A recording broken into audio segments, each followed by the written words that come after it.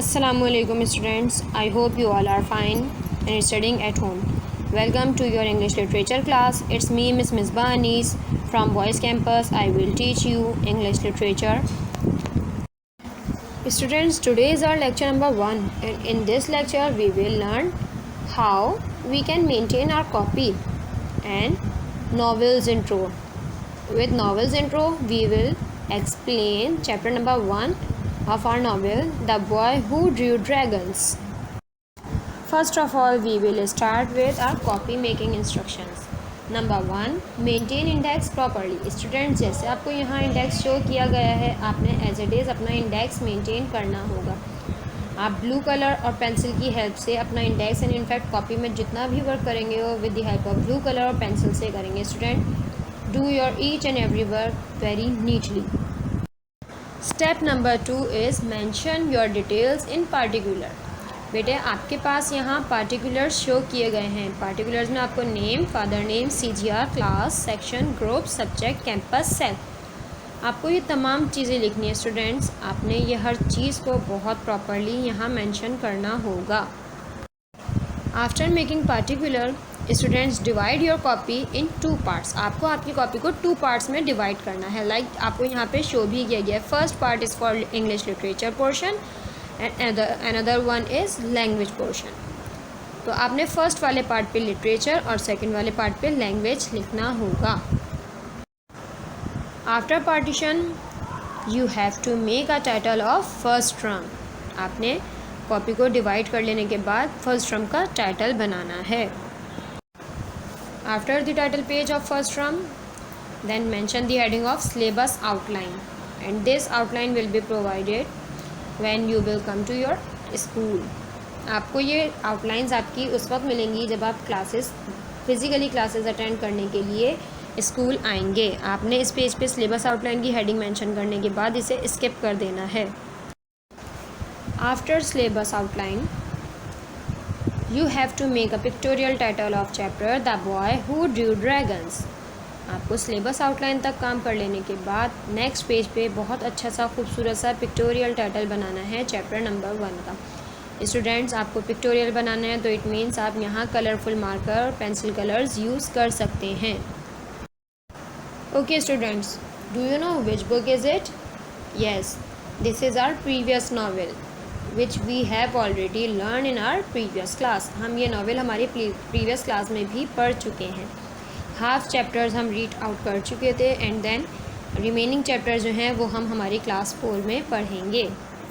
So students, open book page number 26 on which we have our first chapter, The Boy Who Drew Dragons. What is the meaning of our chapter? वो बच्चा जो dragon को draw करता था, dragons draw किया करता था. Okay students, this chapter is the part 1. The boy goes to the temple. In Japan, many years ago, there lived a boy. This boy lived with his parents and his older brother and sister. They lived on a farm and grew crops. बहुत साल पहले की बात बताई जा रही है. Japan में वहाँ एक लड़का रहता था. वो किसके साथ रहता था? अपने पेरेंट्स और बड़े बहन भाइयों के साथ. वो फार्म पे रहा करते थे और वहाँ वो क्या किया करते थे? क्रॉप्स ग्रो करते थे. One autumn, all the crops died in the fields. Nobody could understand it. The weather was not too hot or too cold. There was enough sun and enough rain, but nothing grew. The farmer and his wife did not have enough food for all their children. Everybody in the village was hungry. एक autumn season में ऐसा हुआ कि इनकी जितनी भी crops थी वो सब ख़त्म हो गई, जल गई, मर गई. कोई इसका रीज़न नहीं जानता था क्योंकि ना तो मौसम बहुत ज़्यादा गर्म था और ना बहुत ज़्यादा ठंडा था. वहाँ पे इतनी बारिश हुई, इतनी धूप थी कि वहाँ पे सब कुछ ग्रो हो सकता था लेकिन फिर भी नहीं हुआ. तो जो किसान था, फार्मर था और उसकी वाइफ, उनके पास इतना खाना नहीं था कि वो अपने बच्चों को दे सकें. उस वक्त वहाँ उस गांव में सब लोग भूखे रहने लगे. The boy became very thin and he was often ill. Why won't the crops grow? Husband, our son is always sick. We don't have enough food for him to get better. What should we do? Asked the farmer's wife. Let's take him to the temple, said the farmers. If he stays here with us he will die। जी, तो वहाँ पे बताया जा रहा है कि वो बच्चा जो था वो भूख की वजह से दुबला होने लगा और बीमार भी रहने लगा। तो उस पर उसकी जो मदर थी या फार्मर की जो वाइफ थी वो अपने हस्बैंड से कहती हैं हम क्यों कोई क्रॉप जो है वो ग्रो नहीं कर पा रहे, हमारा बेटा बीमार रहने लगा है, हमारे पास इतना खाना नहीं है कि हम उसे दे सकें और वो बेहतर हो सके, हमें क्या करना चाहिए। वो बहुत परेशान होकर अपने हस्बैंड से पूछती हैं। तो उस पर उनके हस्बैंड कहते हैं टेंपल ले चलते हैं। जी स्टूडेंट्स, टेंपल उस जगह को कहा जाता है जहाँ पे इबादत की जाती है, लाइक हमारी मस्जिद। इसी तरीके से टेंपल वो फार्मर कहते हैं इसे हम टेंपल ले चलते हैं, ये अगर हमारे साथ रहा तो ये मर जाएगा। Let's ask the monk to take him. They will look after him, they will feed him well, and they will teach him to read and write. Then वो फार्मर जो होता है वो कहता है चलो मॉन्क से पूछते हैं। मॉन्क मीन्स राहिब, राह दिखाने वाले या गाइड लाइन देने वाले, रिलीजियस के अकॉर्डिंगली गाइड करने वाले लोग जो होते हैं, हम उनके पास चलते हैं, उनसे पूछते हैं। वो ज़रूर इसकी देखभाल करेंगे, वो उसे खाने को भी बेहतर देंगे और उसे पढ़ना और लिखना भी सिखाएंगे। The farmer's wife was sad. We'll never see our little boy again, she said. She began to cry. Then farmer की वाइफ जो होती है वो अपने हस्बैंड की बात सुन के बहुत ज़्यादा सैड हो जाती है। वो कहती है फिर हम अपने बेटे से कभी नहीं मिल पाएंगे। ये बात बोल के वो रोने लग जाती है। But he will be alive, said her husband. That's the important thing. इसके हस्बैंड क्या कहते हैं कि लेकिन हमारा बेटा ज़िंदा रहेगा, यही बहुत ज़रूरी चीज़ है। Sadly, the parents took the little boy to the temple. The abbot welcomed them kindly. वो अपने बेटे को लेके टेंपल पहुंचते हैं। तो जो एबट मीन मॉन्क्स के लीड, मतलब जिस तरीके से आपके स्कूल में प्रिंसिपल होते हैं, इसी तरीके से वहाँ पे एबट जो कि ओवरऑल सबके हेड थे, तमाम मॉन्क्स के हेड, वो उन्हें बहुत अच्छे तरीके से वेलकम करते हैं। देन फिर उनसे पूछते हैं why have you come. The Abbott ask. The Abbott जो है वो पूछते हैं आप यहाँ क्यों आए हैं। देन वो आंसर करते हैं all our crops have died, replied the farmer, we haven't food, this is our youngest son, he is a good boy, his health is not good, please let him stay here with you. वो farmer कहता है हमारी जितनी भी crops थी वो सब ख़त्म हो गई हैं, हमारे पास खाने को नहीं है, ये हमारा सबसे छोटा बेटा है, ये बहुत अच्छा बच्चा है, इसकी हेल्थ जो है, इसकी सेहत अच्छी नहीं है, प्लीज़ इसे अपने साथ रख लीजिए। We'll see, said the abbot. He asked the boy 3 questions. What were those questions? Nobody can remember, but the boy answered quickly and cleverly. The abbot listened carefully to the boy's answer. वो कहते हैं अच्छा हम देखेंगे। फिर वो बच्चे से 3 सवाल पूछते हैं। कोई नहीं जानता कि वो 3 सवाल क्या थे, किसी को भी मालूम नहीं, लेकिन वो जो बच्चा था उसने बहुत तेज़ी से और बहुत हिम्मत के साथ, क्लेवरली, बहुत होशियारी के साथ उन सवालों के जवाब दिए। और जो एबर्ट थे, जो हेड थे वहाँ, उन्होंने बच्चे के आंसर्स बहुत गौर से सुने। Very well, you can stay, he said. Sadly the parents said goodbye to their son, be a good boy, listen to the abbot and obey him, they said. उसके बच्चे के आंसर सुनने के बाद एबर्ट कहते हैं बहुत खूब, तुम यहाँ रह सकते हो। ये बात सुन के पेरेंट्स ने अपने बेटे को उदास होते हुए गुड बाय कहा। इसके बाद अपने बेटे को नसीहत करते हुए कहा कि अच्छे बच्चे बन के रहना, हमेशा एबट की बात सुनना, वो जो भी बात कहें उसे पूरा करना। Okay, now we are on page number 28, life at the temple. अब बच्चे ने किस तरह की लाइफ गुजारना शुरू की वो हमें इस पेज पे बताया जा रहा है। The boy stood at the gate waving goodbye, he felt very small and quite sad, but he didn't cry. He wanted to be brave. वो गेट पे खड़े होकर अपने पेरेंट्स को हाथ हिला रहा था गुड बाय कहते हुए।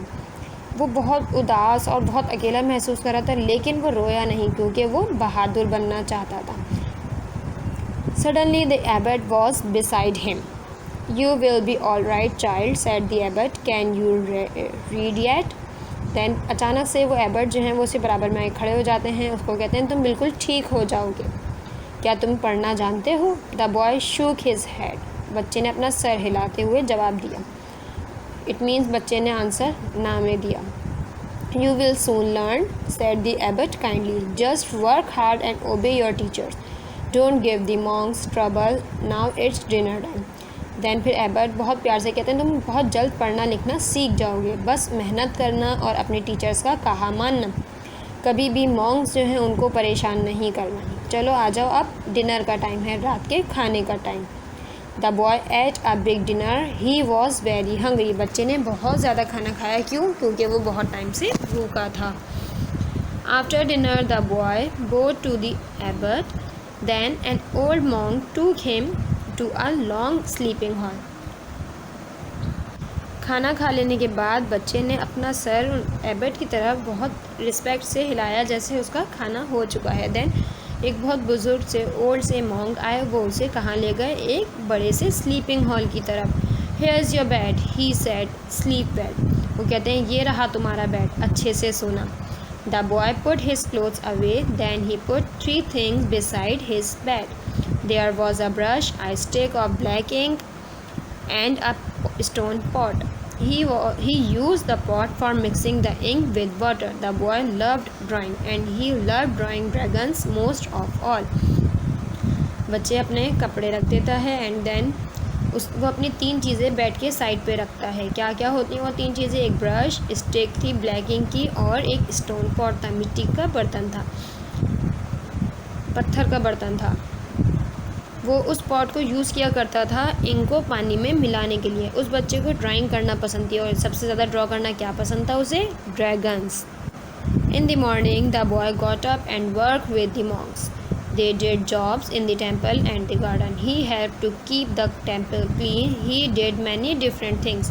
He was busy all day. The abbot was pleased with him. The boy was tired and very hungry. He ate an enormous dinner and went to bed early. Morning में बताया जा रहा है बच्चा उठा और काम करने लग गया मॉन्क्स के साथ। उसने बहुत से जॉब्स किए और गार्डन में और टेम्पल में अलग अलग काम किए। उसने सफाई करने में मदद की। उसने बहुत से अलग अलग चीज़ें भी की। वो पूरे दिन बहुत मसरूफ़ रहा। एबर्ट जो थे, जो वहाँ के हेड थे, वो उस बच्चे से बहुत खुश थे। जब पूरे दिन उसने काम किया तो वो बहुत ज़्यादा थक गया था, उसे भूख लगने लगी। उसने खाना खाया और जल्दी जाके सो गया। The next morning the monks woke up early. The boy got up too. They went down to the great hall. They got a big surprise. Next morning monks जो थे वो जल्दी उठ गए और बच्चा भी उठ गया। जब वो सब नीचे अपने ग्रेट हॉल, उनका जो बड़ा सारा हॉल था, वहाँ पहुँच के वो सब बहुत ज़्यादा, इनको बहुत एक बड़ा सा सरप्राइज़ मिला। What was that surprise? Let's see. Someone had drawn pictures of dragons on the walls. There were cheerful dragons, angry dragons, running dragons, dancing dragons, and flying dragons. Some of the dragons were blowing fire out of their noses. There were big dragons and small dragons. They were very good pictures. The dragons looked full of life. वहाँ पे किसी ने dragons की draw कर दी थी pictures. कहाँ? Wall पे। वो बहुत चीयरफुल ड्रैगन थे। कुछ जो थे वो बहुत गुस्से वाले थे, भागते हुए, नाचते हुए, उड़ते हुए। इनफैक्ट कुछ ड्रैगन्स ऐसे थे जिनकी नाक से आग भी निकल रही थी। कुछ ड्रैगन साइज़ वाइज छोटे थे, कुछ बड़े थे, लेकिन वो पिक्चर जो थी वो बहुत अच्छी थी। ड्रैगन जो थे वो ज़िंदगी से भरपूर थे, मीन फुल ऑफ लाइफ थी वो पिक्चर जो थी। So students, that's all for today's lecture. Inshallah, we will continue our written work in our next chapter. So today's your homework is read the chapter thoroughly and make a pictorial title in literature portion of your literature copy. आपको homework में इस chapter की reading करनी है बहुत अच्छे तरीके से, और इनफैक्ट आपने पिक्टोरियल टाइटल अपनी कॉपी में बनाना है लिटरेचर पोर्शन पे। और बेटा आपको जितनी चीज़ें बताई गई हैं कॉपी मेकिंग की, वो भी बहुत अच्छी तरीके से इंस्ट्रक्शंस को फॉलो करते हुए कॉपी को बहुत नीटली कॉपी मेंटेन कीजिएगा। Thank you so much students, take care, अल्लाह हाफिज़।